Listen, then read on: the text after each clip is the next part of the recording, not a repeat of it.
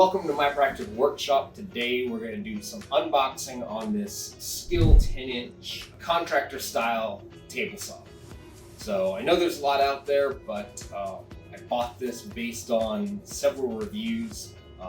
Probably the one that influenced me the most was Matt at 731 Woodworking, who gave this saw a great review, and I needed an upgrade from my old Craftsman.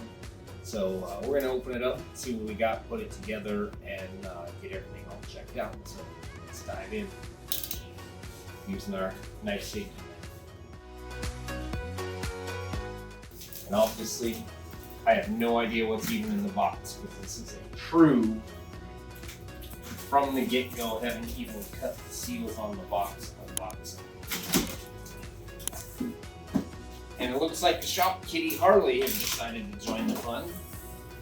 Harley, who just showed up in the shop several years ago, and has been a permanent fixture in the house ever since. So here we've got how things are straight when you open the box. Looks like we've got some of our guards, a push stick, the rioting knife, instructions, very important, believe it or not.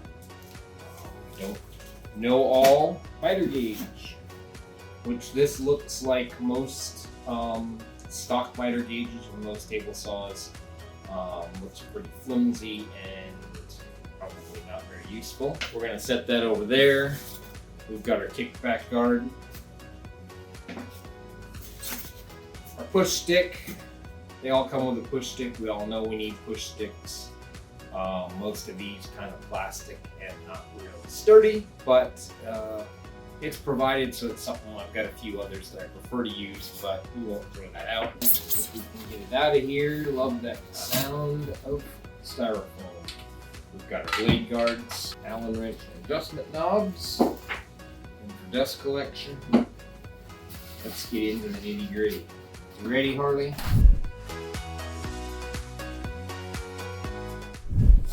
All right, as you can see, it appears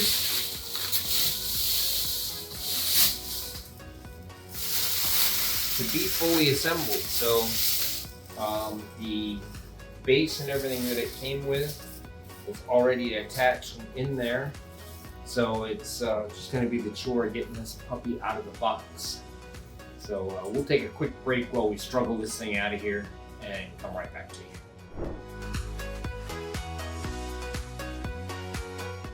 Alright, so getting out of the box was much easier than anticipated, but you will need a second set of hands unless you're just going to hold it out, which I don't recommend because you don't want to go hurting your back.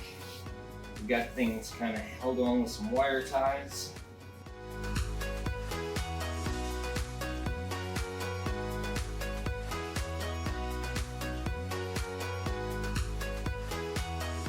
So general first inspection, everything looks good. No obvious damages, well packed, a little dusty on the top. And the benefit that I've seen from this saw is it can sit if you want to build it into a stand, a rolling stand, workbench, whatever. So it'll sit on a flat surface similar to how it is here on my impromptu table, or the legs will fold out to stand it freestyle. So we're going to move forward and kind of stand it on its own 2 feet or its own 4 feet.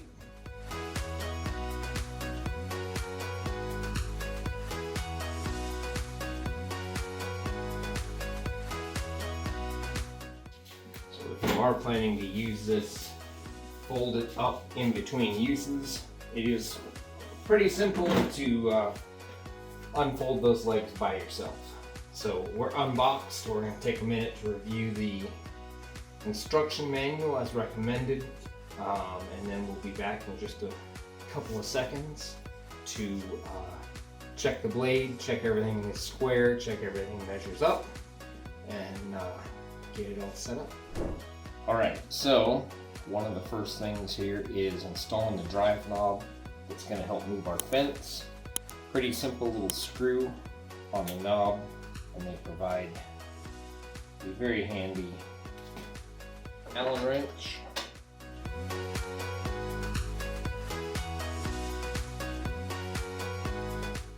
Simple, easy process. So one thing I noticed right out of the box, the insert, throat plate insert, is very flush with the table right out of the box. You can see very minimal clearances there. It's pretty much flush.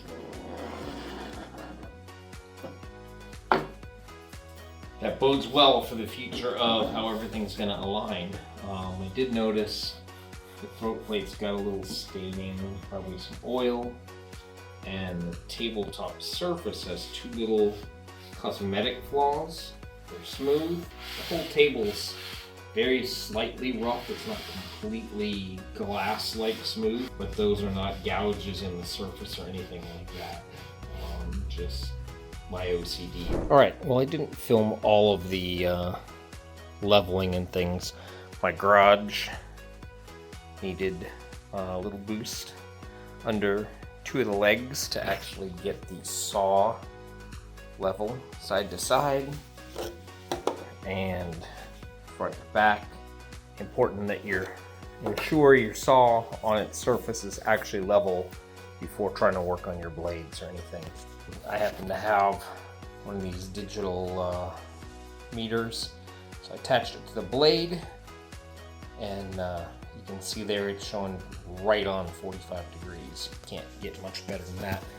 What you have to do is when you come down here, there's a little 10mm bolt right here. So you loosen that up, move into your adjustment, and then tighten that down so that you can make your quick adjustments. And then there's one back over here that is the same for your 90-degree mark. And as you can see, when I moved it back down to 90 and ran it up, we got close. For what I'm doing and what I'm building, that is plenty close enough. All right, so we got everything together. I'm not gonna bore you. There's so many videos out there on this saw. I'm really impressed straight from the unboxing, how quick and easy everything was. A few highlights to point out. If we come down here, on the right side, you've got a nice carry handle with a grip. So if you are going and using it as a portable or a job site, you get a great way to hold on to it.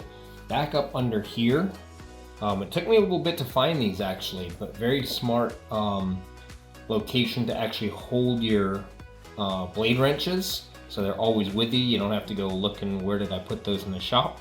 So they'll always be with you. And you come up around this little paddle lever. This locks your fence in. So when you adjust out your fence, you lock that down and your fence isn't going anywhere. So that's a super nice feature. Your fence itself, if you are doing something where you have a need for it, it does have the flip down to give you the low profile fence, if that's something that your particular project needs while you're working on. And as you come around, I've got all the safety items installed. Your throat plate locks in with a little push button. I will actually be changing that over on the bench. I have replacement zero clearance throat plate and a datostat throat plate as well. And then as you come around, your on off, you've got your green on button, pretty easy to identify and get to. But then it's nice, rather than my old table saw where you had to fumble for the stop button, you put a nice paddle on this, so as you're going you can just knee bump it and cut it back off. So you're not fumbling and reaching for things while your saw is running. And then as you come around the other side, it's got a place to store the stock miter gauge. I don't know if it's even worth storing there. I'll put it there for now. I don't currently have a nice miter gauge for this, but I will be getting one at some point. And then it also has a cord wrap here. A couple of the other things I've seen for this saw, there's some nice fence upgrades out there that I'll let you do other things with it.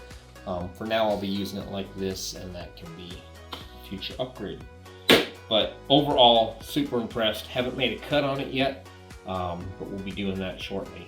Upcoming, we're gonna start some projects. First one, if we look over to my right on the bench, way over here in the corner, I've got supplies started for our first big project, which will be building a queen size Murphy bed for our guest room. So I've got the Murphy bed kit, a few specific drill bits and some edge banding and things we'll need, and those will be separating me from a good chunk of money for some nice 3/4 inch birch sanded plywood. So that'll be coming up. Stay tuned, a couple of weeks, and that video should be coming at you.